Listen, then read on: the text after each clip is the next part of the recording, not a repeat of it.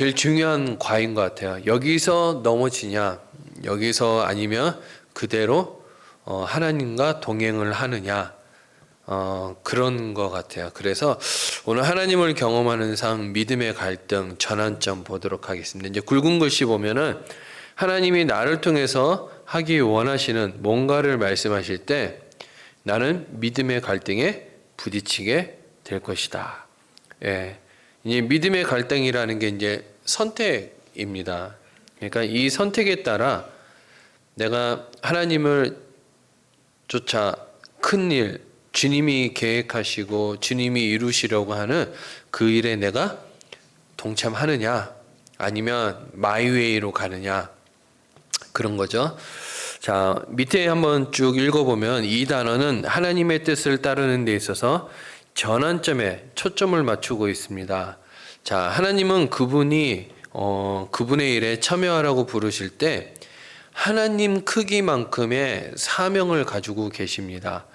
자, 당신은 그것을 당신 혼자임으로 할 수 없음을 깨닫게 될 것입니다. 하나님이 도와주시지 않는다면 실패하고 말 것입니다. 여기가 바로 많은 사람들이 하나님의 인도를 느끼고서도 따르지 않기로 결정하는 갈등의 고비입니다. 그러면서도 그들은 어째서 자신들이 다른 그리스도인들이 경험하는 것과 같은 하나님의 임재와 역사를 경험하지 못하는지에 대해서 의아해합니다. 자, 그러면 우리가 이제 밑에는 지금까지 이제 공부해온 하나님의 이제 실체, 하나님을 경험하려면은 7가지의 실체에 대해서 우리가 늘 쭉 이제 했던 것들이 있거든요. 자, 우리가 이때까지 4가지를 했습니다. 하나님의 일에 대해서, 관계에 대해서 초청하실 때. 자, 여러분 기억나는 대로 써보라 그러면 지금 쓰시겠습니까? 아니죠? 자, 뒤에 제일 뒷장에 답을 적어 놨습니다. 한번 보시고 앞에 그대로 보시지 마시고 한번 딱 보고 기억나는 대로 이제 앞에 써보시기 바랍니다. 자, 하나님의 일, 관계, 초청, 말씀하심. 자, 4가지를 제가 뒤에 답을 달아놨으니까는 쭉 읽고 외운다는 생각으로 한번 쭉 써보시는 거예요. 보고서 쓰는 게 아닙니다.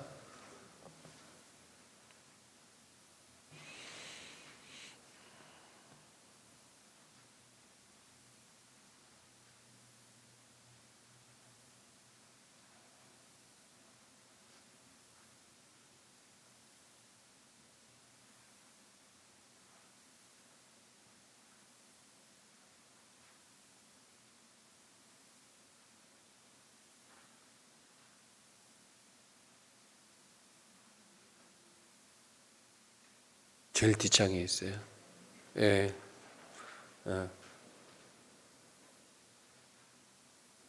찢었어요?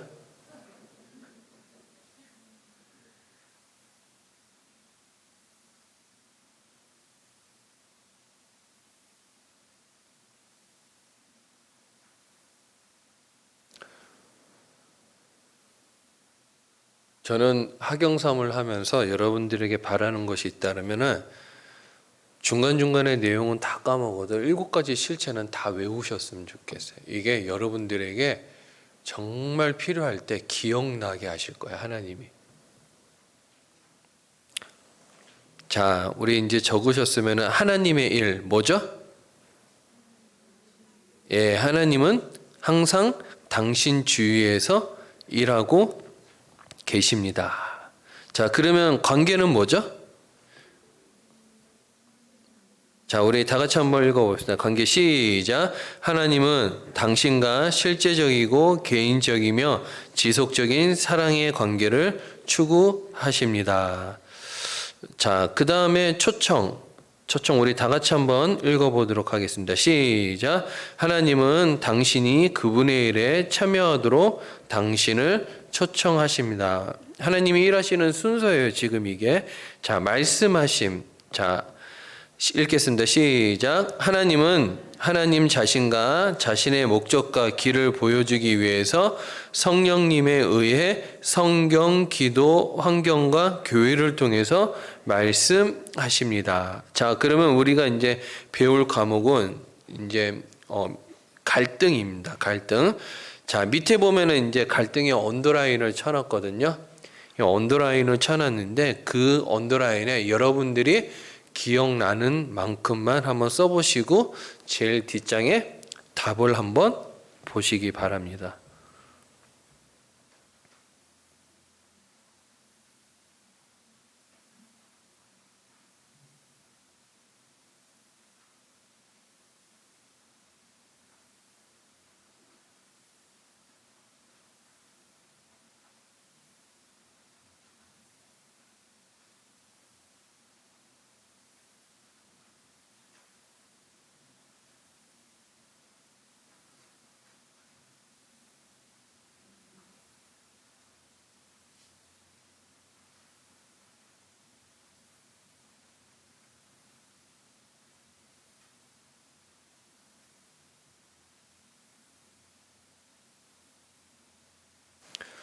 자, 뭐라고 얘기해야 될까? 다 같이 한번 읽어보겠습니다. 시작. 하나님의 부르심은 항상 당신을 믿음의 갈등으로 몰아넣고 결단과 그에 따른 행동을 요구합니다. 자, 우리가 이제 쭉 5주 동안 배울 이제 핵심 내용입니다. 자, 그럼 갈등이 뭐냐?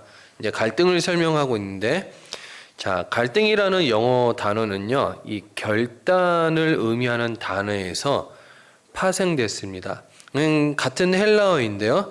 이 단어는 종종 이제 심판으로도 번역이 되기도 하는데, 이 믿음의 갈등은 당신이 어떤 결단을 내려야만 하는 하나의 전환점입니다. 자, 한번 물어보겠습니다. 결정과 결단의 차이점이 뭘까요?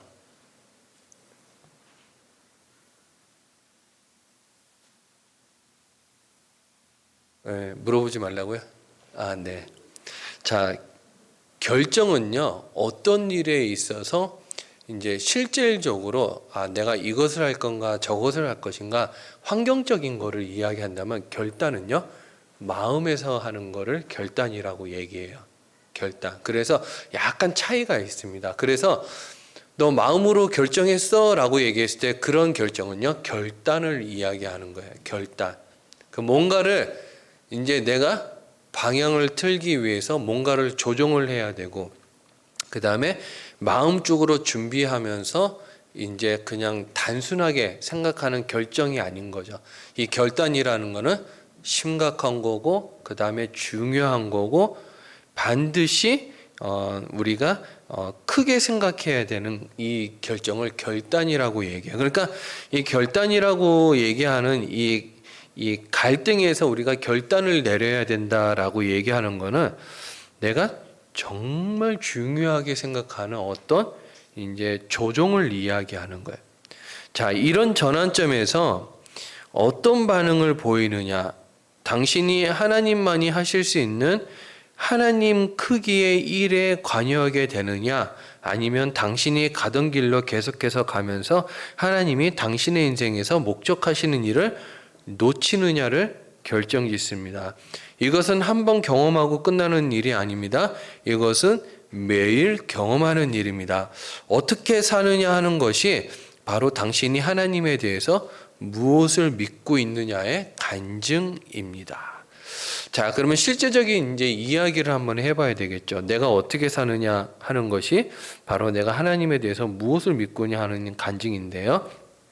자, 당신은 아래에서 우리 교회가 예산을 세우는 과정에 대해서 이제 여러분들이 읽어야 됩니다. 거기에서 믿음의 갈등이 무엇인지 여러분들이 1, 2, 3번이 나와 있는데 한번 뭐가 X고 뭐가 O인지를 진짜 여러분들 쭉 이제 지금 읽어보시기 바랍니다. 이게 우리 교회 이야기가 아니라 다른 교회 이야기입니다. 제가 그대로 글을 퍼왔기 때문에 한번 쭉 읽어보세요.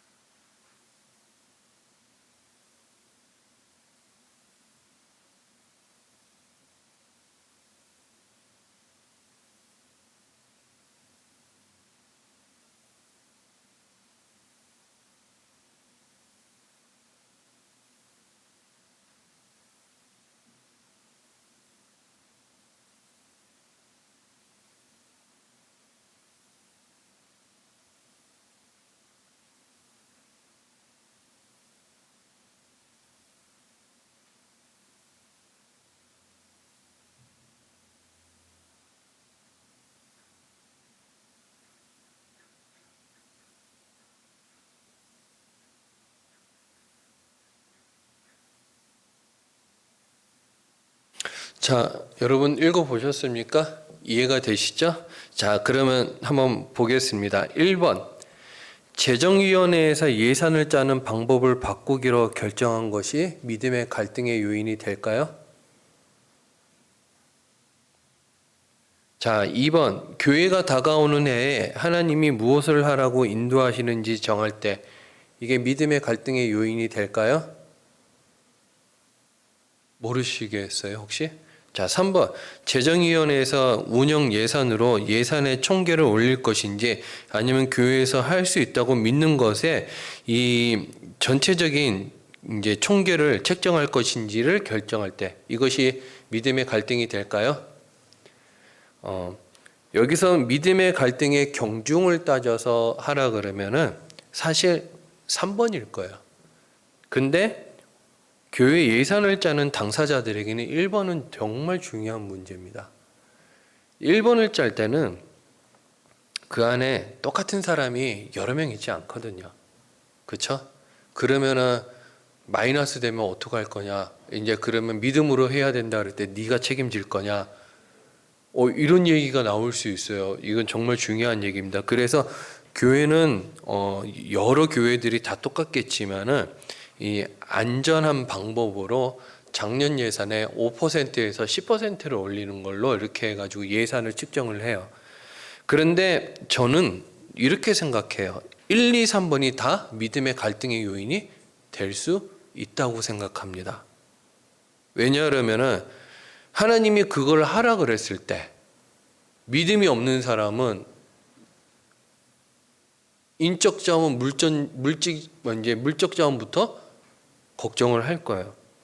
그러면은 이것을 생각했을 때 그러면 재정위원회는 돈부터 걱정하겠죠. 그러면은 이제 실제적인 이제 행사부서에서는 이거를 할 수 있는 해낼 수 있는 사람이 없다라는 것에 또 이제 인적 자원도 이제 걱정하게 되는 거죠. 이제 어떻게 생각하면 그 밑에 이제 우리가 이제 좀 보면 나오는데요. 어떻게 생각하면 위의 경우에 모든 것이 믿음의 갈등으로 여겨질 수 있다는 거 저는 그렇게 생각을 해요. 3번이 경중을 따지면 제일 큰 믿음의 갈등이겠지만 1, 2, 3번이 다 믿음의 갈등이라는 거야. 저는 이제 여러분들이 가정을 경영한다라는 표현이 맞나 모르겠는데 가정을 이끌어 갈 때나 또 자녀들에게 또 믿음을 이야기할 때 내가 믿음적으로 살아낼 때 우리가 하나님이 하실 수 있는 일에 대해서 우리가 이제 믿음적인 고민을 많이 해봐요. 요 마음의 경계를 넘어보지 못하면요 항상 제자리를 돌게 되어 있습니다. 제가 이제 처음 사역지 이야기인데요. 처음 사역지가 시골 교회인데 200명이 모였어요. 그럼 큰 교회입니다. 시골에서는요. 진짜 200명이 모였어요. 230명, 220명이 모였으니까 작년만. 근데 이제 그 교회 담임 목사님이 이 동국대학교 수학과를 나왔어요. 수학 계산에 엄청나게 빠릅니다. 근데 교회가 이제 교회 외벽 칠을 해야 되는 상황이 생겼어요.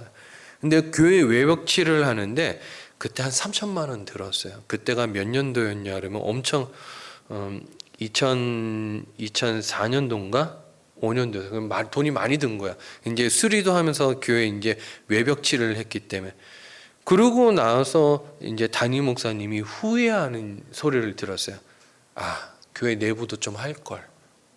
그러시더라고요. 그러니까는 그때 제가 드는 생각은 예산에 맞춰서 수리를 한 거였어요. 하지만은 이왕 할 거면은 교회 내부도 할 걸 하는 저는 이제 이 믿음의 아쉬운 소리로 저는 그렇게 들리더라고요. 여러분, 우리가 여기 이제 실질적으로 이 안에서 예화를 돈으로 이야기하지만 사실 요거는 이제 단편적인 한 부분이죠. 예수님은 마음이 있는 곳에 돈도 있다라고 얘기하셨지만은 사실 우리가 살아가는 삶의 방식이 다 믿음으로 표현이 되어야 되는. 그래서 아까 전에 이제 우리가 이제 읽었던 것 중에 내가 어떻게 사느냐 하는 것이 내가 하나님에 대해서 무엇을 믿고 있느냐의 간증이라는 거예요. 간증. 그래서 제가 요거를 준비하면서 그런 생각이 들었어요. 아, 나도 믿음이 없다라는 생각이 드는 거죠. 그래서 저도 이제 요즘에 그 기도를 해요. 하나님 저에게 믿음을 주시옵소서라고 저도 그 기도를 합니다. 자, 그러면 A, 믿음의 갈등을 여러분들의 말로 한번 써보시길 바래요. 이때까지 우리가 쭉 읽었던 거 말고요. 이제 읽은 것을 여러분들의 마음속에 필터링을 한다 그러면은 여러분들 마음속에 아, 믿음의 갈등은 이런 거다라고 생각하는 여러분들의 생각을 한번 써보시기 바랍니다. A번 믿음의 갈등을 자신의 말로 정의해 보십시오.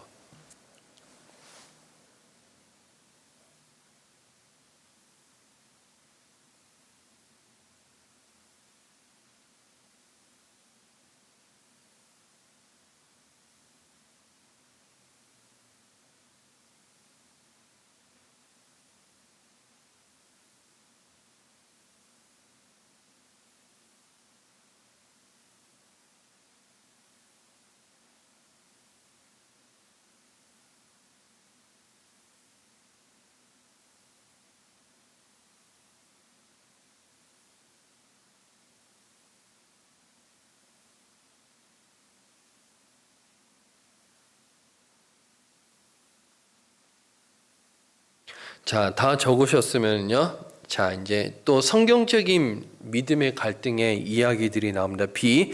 다음의 성경 구절들을 읽어보고 각 경우에 나오는 믿음의 갈등을 당신이 파악한 대로 써보십시오. 자, 지금 여호수아서 6장, 사사기 6장, 역대상 14장, 마태복음 17장이 나오거든요. 자, 다는 할 수 없으니까는 제가 설명은 다 해드릴게요. 여러분들이 하나만 골라서 한번 적어보시기 바랍니다. 여러분들이 잘 아시는 내용이에요. 자, 여호수아서 6장, 사사기 6장, 자, 역대상 14장, 그 다음에 마태복음 17장입니다.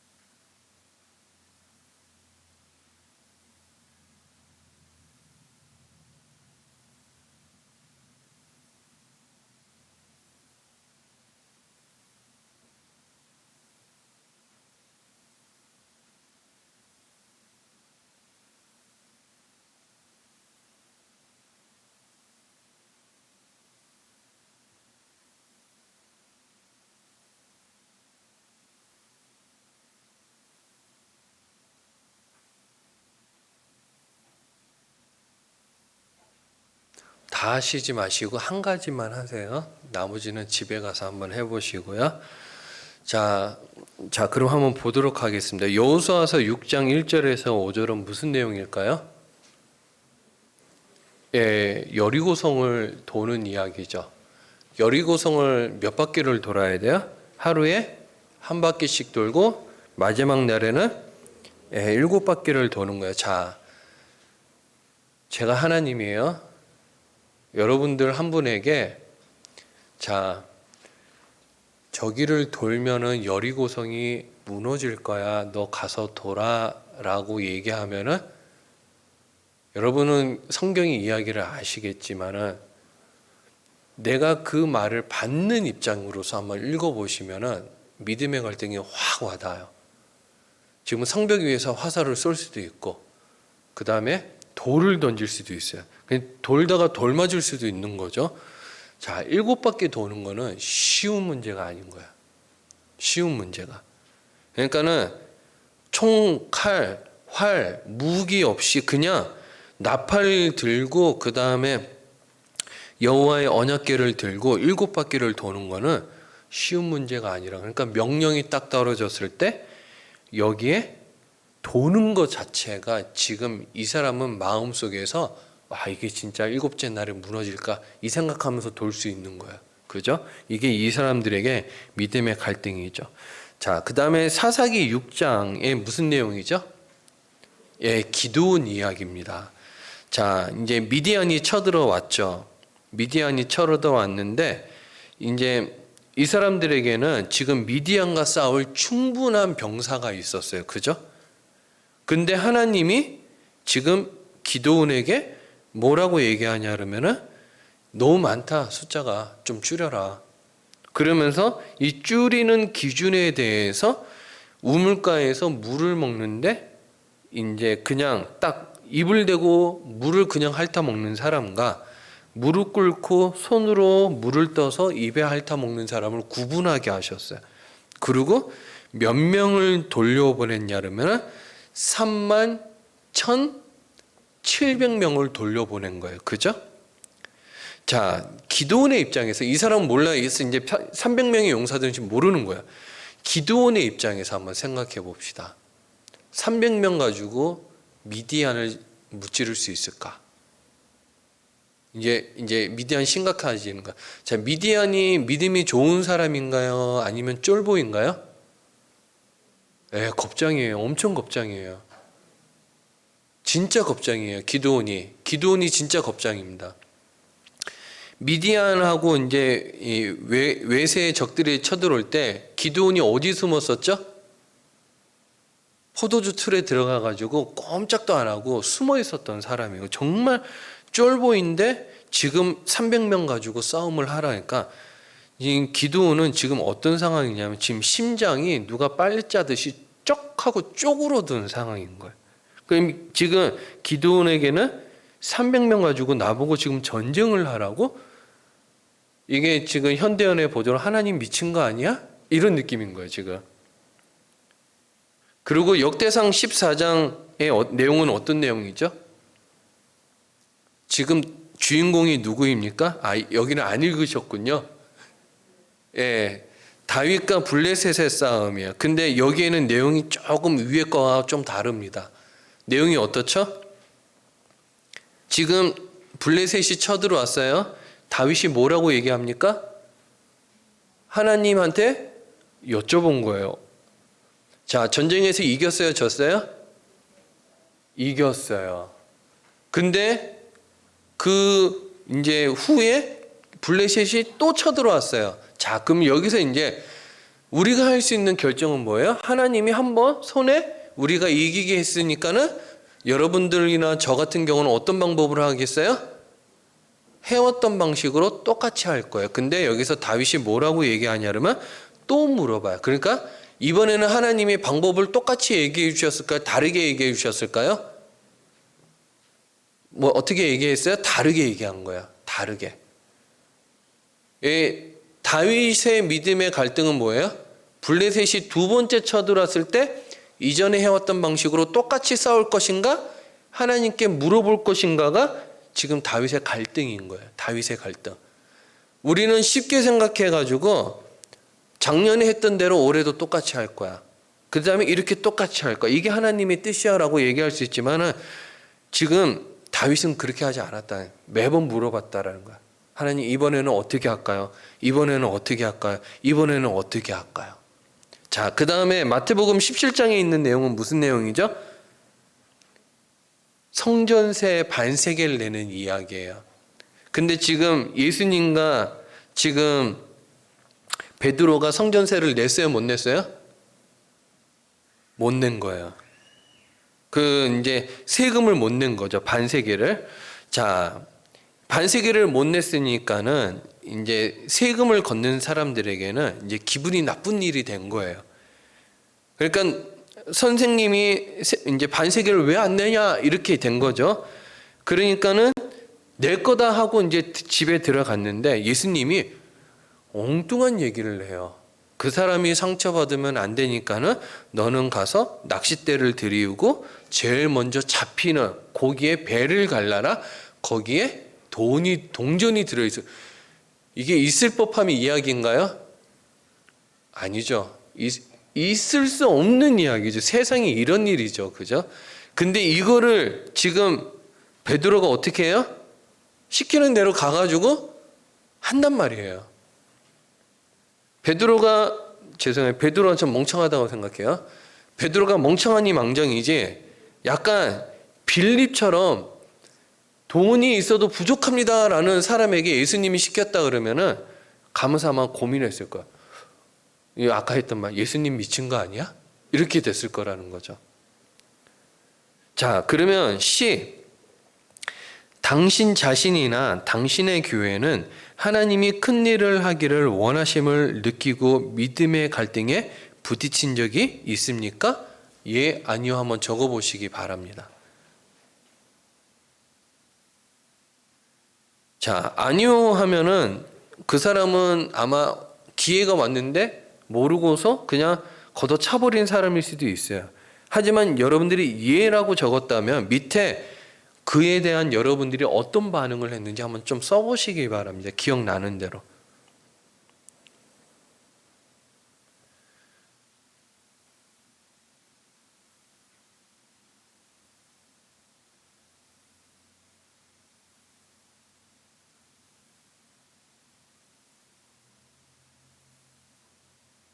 그러면 이제 여러분들이 어떻게 적느냐에 따라 D의 답이 이제 나타나게 되는 거죠. 자, 불신앙을 표현했는지 아니면 믿음을 표현했는지.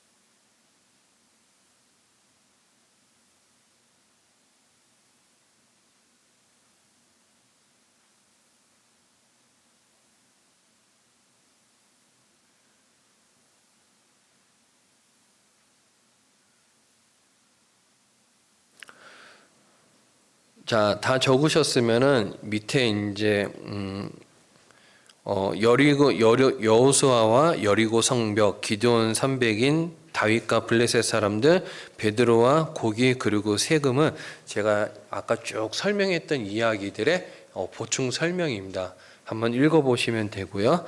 자, 밑에 보면은 네모 박스가 하나 있어요. 믿음의 갈등. 이 네 가지를 우리가 다 같이 한번 읽어보도록 하겠습니다. 1번 시작. 하나님과의 만남은 믿음을 요구합니다. 하나님과의 만남은 하나님의 크기이다. 하나님의 계시에 대한 당신의 반응은 하나님에 대한 당신의 믿음을 드러낸다. 진정한 믿음은 행동을 요구한다. 저는 나이가 들면 믿음이 좋아질 줄 알았어요. 안 그렇더라고요. 어려움을 겪고 고생을 많이 해보면요, 믿음도 작아져요. 그렇기 때문에 나이가 들고 우리가 이제 신앙의 연수가 오래되면 오래될수록 우리가 더 많은 훈련을 해야 돼요. 그래 이제 신앙의 연수와 나이와 믿음은 비례하지 않습니다. 이게 제가 내린 결론이에요. 그래서 여러분들이 오늘 이제 배운 내용 중에 이제 마지막 장인데요. 여러분들이 배운 내용 중에 이제 세 가지, 오늘 학습한 내용 중에 가장 뜻있게 와닿았던 거, 그 다음에 여러분들이 생각했던 것 중에 기도로 바꾸고 싶은 기도의 내용들, 또 오늘 배운 것을 통하여 하나님이 여러분들에게 원하시는 것이 무엇인지 한 세 가지 정리하면서 오늘 한번 정리해 보도록 하겠습니다.